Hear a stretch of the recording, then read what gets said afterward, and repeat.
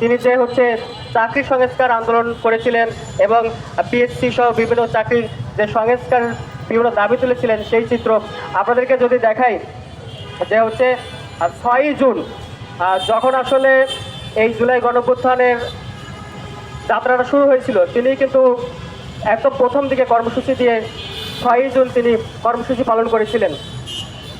এর পাশাপাশি 2018 সালে আপনারা দেখতে পাচ্ছেন যে ছাত্রলীগ যখন হামলা করতেছিল, এখানে কিন্তু স্পষ্ট দেখা যাচ্ছে যে জালাল আহমেদের উপরে এবং ঢাকা বিশ্ববিদ্যালয়ের আন্তর্জাতিক সম্পর্ক বিভাগের এক শিক্ষকের গায়ে যে ছাত্রলীগ হাত তুলতেছে সেই চিত্র, সেখানেও কিন্তু তিনি ছিলেন।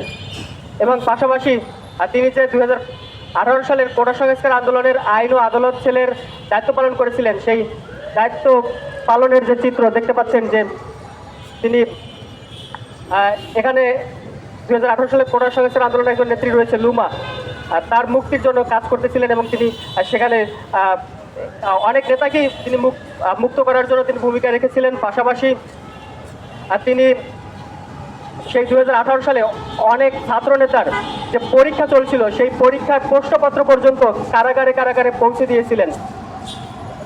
তো এভাবে বিভিন্নভাবে তিনি কাজ করেছেন। আসলে আমরা তাকে হচ্ছে ভুলে যাচ্ছি বা তিনি হয়তো আজকে উপদেষ্টা হননি, সেজন্য আমরা তাকে সেভাবে মূল্যায়ন করছি না। কিন্তু আজ হোক কাল হোক আমাদের সবাইকে হচ্ছে ক্ষমতা ছাড়তে হবে, সাধারণের কাতারে আসতে হবে। তখন আপনার বিপদে কে এগিয়ে আসবে সেটি কিন্তু আপনাদের মাথায় রাখতে হবে।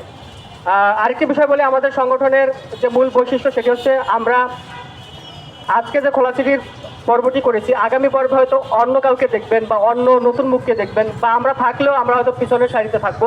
তো আমরা এভাবেই এগিয়ে যাব, এটি হচ্ছে মূল বিষয়। এবং আমরা আমাদের আজকের কর্মসূচি একদম প্রায় শেষ পর্যায়ে চলে এসেছি। আমাদের এখানে আরও কয়েকজন যুক্ত হয়েছেন। জুলাই গণঅভ্যুত্থানে যাত্রাবাড়িতে আহত আমানুল্লাহ ফারাবি তিনি যুক্ত হয়েছেন। পাশাপাশি রাজশাহী বিশ্ববিদ্যালয়ের সাবেক আরেকজন শিক্ষার্থী আমাদের আলম ভাই আছেন, এখানে মনিরুল ভাই আছেন। তো আমরা যেমনটি বলেছি, তাদেরকে পরবর্তী পর্বে বা আমরা ধাপে ধাপে তাদেরকে কথা বলার সুযোগ দেবো, তারা কথা বলবেন, আমরা শুনবো, এভাবেই আমরা এগিয়ে যাব। আজকে